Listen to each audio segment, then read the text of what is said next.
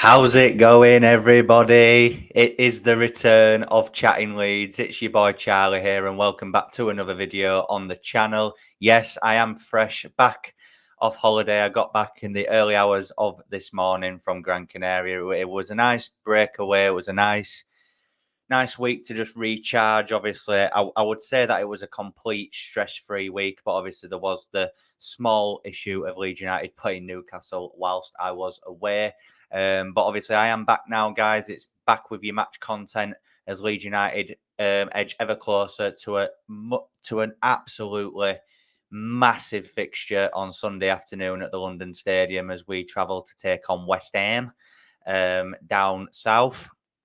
Just before we get into today's video, guys, make sure you do smash a like on the video. It really helps get the video out there. Please subscribe if you're brand new to the channel as well. We're on the road to 3K. If you could help me out by reaching that milestone as soon as possible, then that would be great. Hit that notification bell. And of course, get all of your thoughts and opinions in the comment section down below. So it's time for your predicted 11.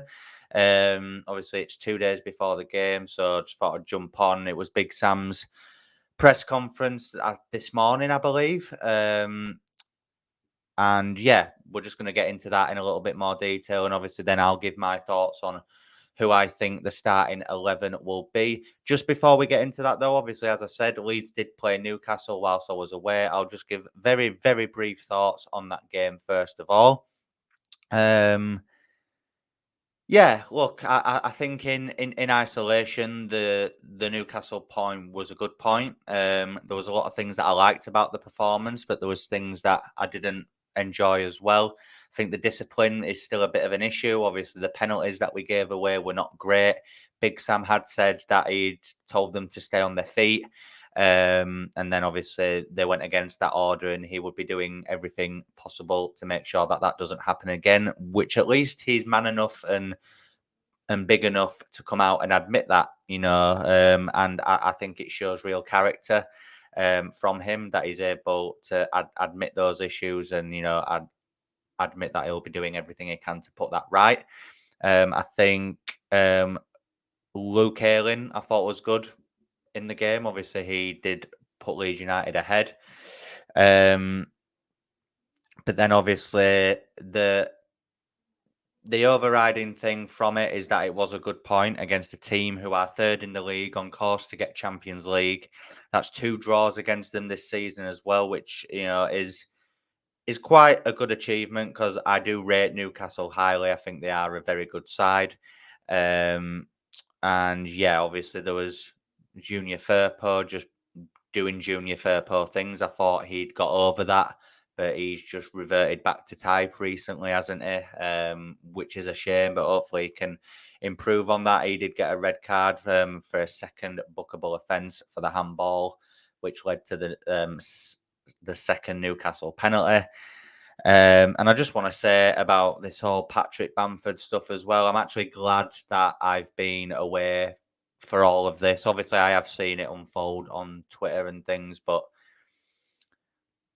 all I'll say on it is that if you resort into abuse, then it says a lot about you rather than Patrick Bamford himself. Yes, we were all annoyed that Patrick Bamford missed that penalty. Yes, we all agree that he shouldn't have taken it and that Rodrigo should have done. But it is what it is. The fact that he's had, death threats against him, against his partner, his daughter, even his dog. I think someone, it's just nothing short of embarrassing. And if it's so-called fans of Leeds United who are doing this, then you're not a fan at all. And look, I hope Patrick Bamford has a really good, strong, positive end to the season and can have an impact on hopefully keeping Leeds United in the division. But that's all I will say on the Newcastle game. But as I said, guys, West Ham on Sunday down at the London Stadium. Obviously, Big Sam has said that Mark Roca is out for this one, as well as the other obvious absentees in Dallas, Adams and Sinistera. Liam Cooper is back on the grass training, but we're unsure as to whether that means he will be playing on Sunday. And everyone else is obviously fit and available. I think, as I said, guys, this game is huge. If if other results don't go for us tomorrow, obviously Everton are away at Wolves and Forest have got Arsenal at home, which people might think Arsenal, that'll just be an easy game for them. But, for me, City will win the league this weekend. So it's, you know, are Arsenal just accepting defeat on that now? Are Arsenal just accepting that they are going to finish second and that they've not really got a lot to play for? Because if that's the case, then that could feed right into Nottingham Forest's hands. They have got something to play for and they'll be up for that game tomorrow 100%. There's a the real Leeds fan in me is thinking that Forest will maybe get a point against Arsenal and that Everton will beat Wolves. I think Everton will beat Wolves regardless of what happens at the City ground. I really do feel that Everton will beat Wolves. Obviously, I'll do my preview tomorrow night after both games have finished. But yeah, it's squeaky bum time, in it, guys. It really, really is. It is squeaky bum time. And you know, worst case scenario, Leeds could be relegated on Sunday, and that even just saying that out loud makes me feel a bit ill. Obviously, even though I do think at this minute in time, I do think we will go down. However, there is hope there. There is definitely hope, and there is definitely a way out of this for Leeds. I just think the other teams in and around us are more capable of a result than us at the minute. We need to find a win either in this game or against Tottenham. Hopefully, we can at least take it to the final game and give us something to play for in that final home game of the season against Spurs. Because let's be honest, Spurs are not great at the minute. They're a bit up and down.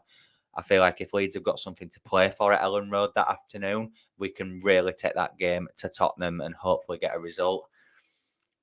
But it's just about getting to that point, isn't it? And hopefully we can beat the Hammers on Sunday. Obviously, they got through to the Europa Conference League final last night. There's been videos circulating of them all having a drink and stuff in the changing rooms. Let's hope that bender continues until tomorrow evening.